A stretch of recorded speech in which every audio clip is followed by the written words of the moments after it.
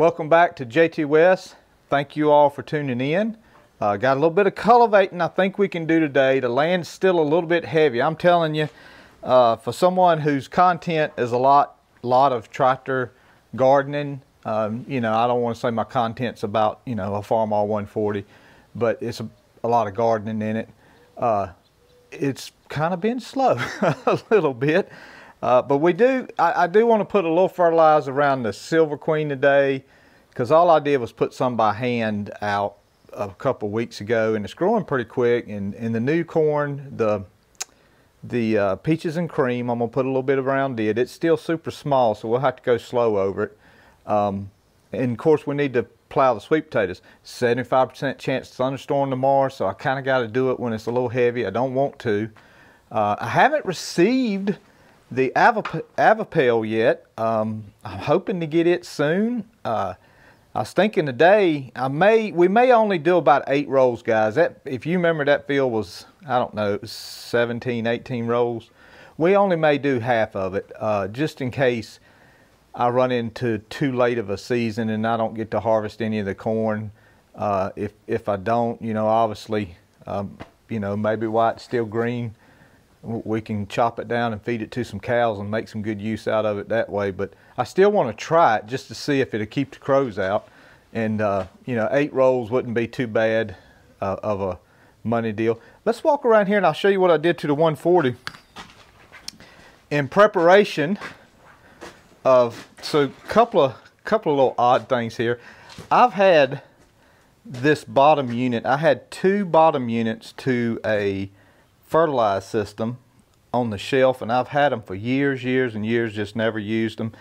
This one has a wrong gear on it here. Everything else is fine, but that gear needs to be smaller. And so I chose, it was one identical to it, and the reason why I'm telling you guys is sometimes things even surprise me where I'm like, I didn't know they had that. What I'm talking about is the chain tensioner on this fertilized drive is these, I guess these 2 cogs, and guys, I may not have it on there right. I got the bottom cog putting tension on that chain, and it adjusts from right here, and it still has the arm going down. But we greased them up, hooked it up to the hopper system, and it worked great. Everything's turning like it should. Now, a couple of you eagle eyes is going to say, man, he's got a John Deere hopper on here. I do. This is one of my best hoppers. This is one Roger had for a 1010 John Deere tractor. And what I did is took an international arm here and started with a fresh plate, and I mounted that John Deere hopper on there, and then of course I extended the cog out to match up with the international. So this hopper system here, if you got this top system and this chain, you can put it on any international tractor. It's a wonderful hopper. I mean, it doesn't spill anything. It meters it out just perfect. And I tried. I didn't use it last year at all. I keep it sprayed down with WD-40. But I put it on there because when I plant this Jimmy Red with the Avapel, I was going to put fertilizer with it when I plant it, and I didn't want to take the system off of the Super A. So I got to thinking. I said, man, I think I can cobble enough stuff here together to put a fertilizer system on the 140, and that's what we did. This would be fine. I could use this day in and day out. We also switched over to the sweeps. Some of this stuff I'm plowing, if you get a good rain on it, I may not be able to get back into it again. So it's time to switch over to the sweeps and start making the furrow, or not the furrow, but where you walk not so V'd out, a little more comfortable walking. I was walking in there the other day and I was slipping and falling all over myself. But we're gonna put some fertilizer down too, just in case. I got Will's gonna bring me some 2900 nitrogen, hopefully this weekend, and that'll be for the Hastings. The Hastings, I looked at it today, about 8 rolls of it got hurt pretty bad with some water, standing water. We got that 6 inches of rain in just a few days, and it hurt it pretty bad. It turned it kind of purplish, color.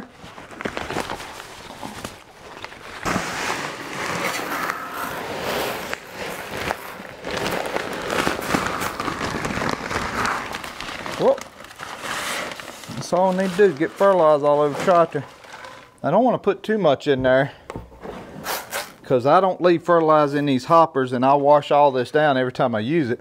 So we can keep it from rusting all the pieces.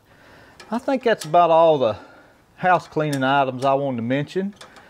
We got that ready. Got a big old pile of wood I need to bust. Y'all let me know if y'all interested in me setting up a camera somewhere and watching us bust some wood.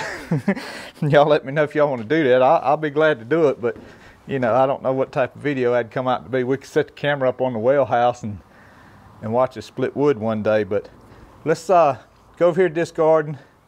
We'll go pretty fast on the Silver Queen because it's pretty tall. Throw a little dirt. We'll have to go slow. I'll show you tomatoes over there and what I did to them. And we'll just get to going.